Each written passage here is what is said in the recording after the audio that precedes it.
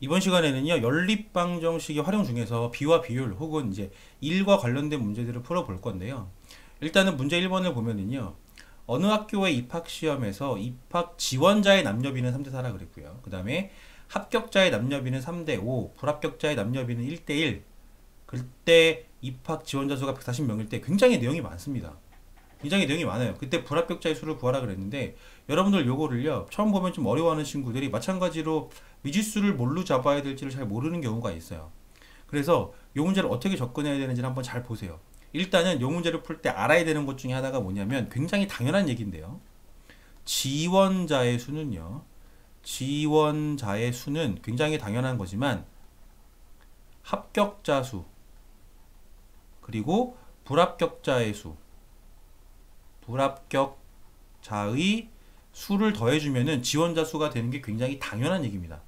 무슨 얘기인지 알겠죠? 자, 요거를 가지고 문제를 해볼 건데, 요 문제 같은 경우에는요, 무조건 표를 그립니다. 표. 여러분들 표를 그리는 이유는 뭐냐면, 문장에 나와 있는 많은 정보들을 한눈에 볼 수가 있어요. 그리고 표를 그리게 되면은 어떻게 미지수를 잡았을 때 식이 나오겠구나라는 거를 굉장히 쉽게 파악할 수 있습니다. 그래서 무조건 뭘 한다고요?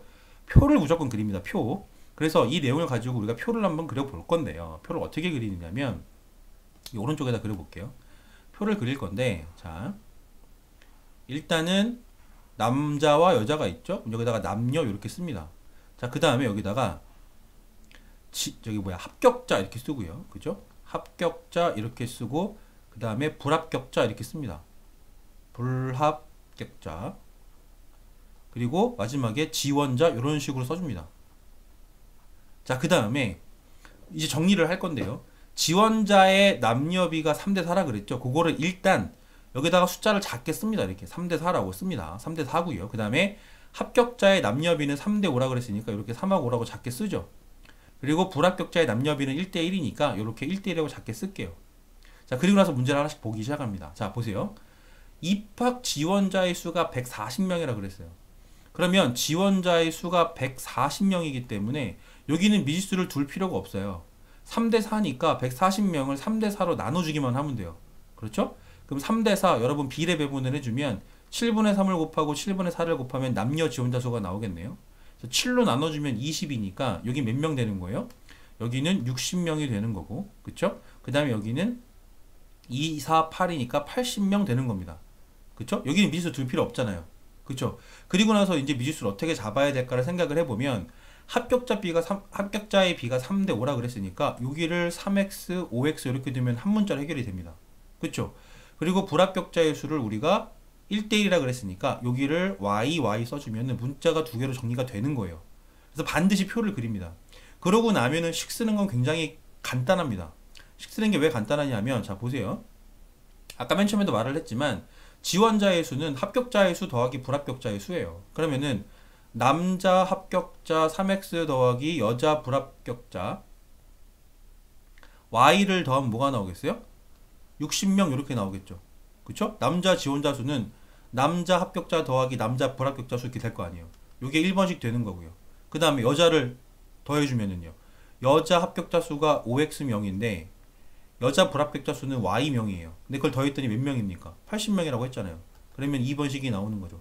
굉장히 간단하게 식이 만들어집니다. 그쵸? 계산만 해주면 여러분들 답이 나올 텐데 중요한 거는 마지막에 물어보는 게 누구를 물어봤어요? 불합격자 수를 물어봤죠? 불합격자 수 전체를 물어본 거예요. 그래서 답은 y가 아니라 2y 값이 답이 되는 겁니다. 그거만 잘 체크를 해놓으면 이거는 그렇게 어렵지 않을 겁니다. 자, 그 다음에 1문제로 넘어가죠. 1문제에서는 두 가지만 기억하면 됩니다. 첫 번째는요. 전체 1의 양 있죠. 전체 1의 양. 전체 1의 양을요. 우리가 얼마로 잡는 거냐면 숫자 1로 잡는 겁니다.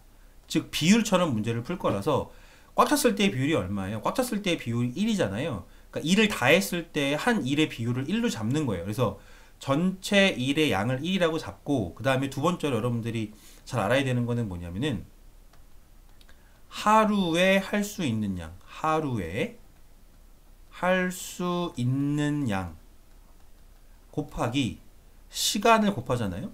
그렇죠? 이게 하루에 할 수 있는 양이 될 수도 있고 문제에 따라서는 1시간 동안 할 수 있는 양이라고 볼 수도 있는데 어쨌든 하루에 할 수 있는 양에서 시간을 곱하면은 한 일의 양이 나옵니다.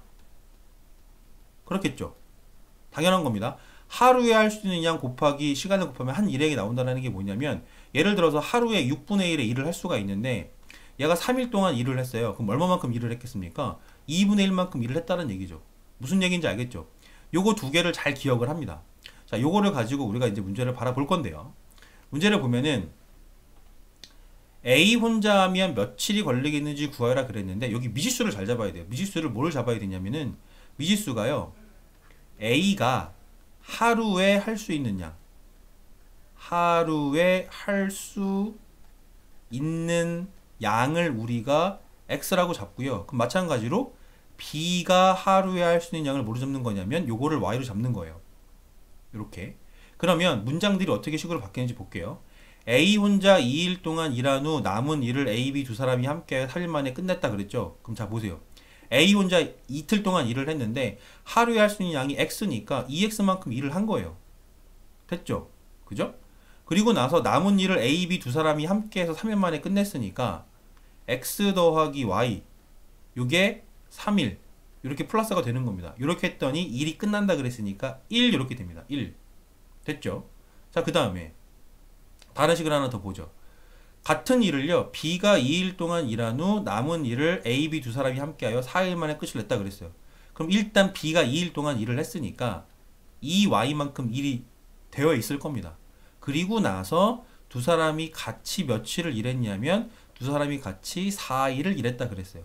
그렇게 했더니 일이 끝났다 그랬으니까 이렇게 일이 완성됐다. 그래서 숫자 1을 쓰는 거죠.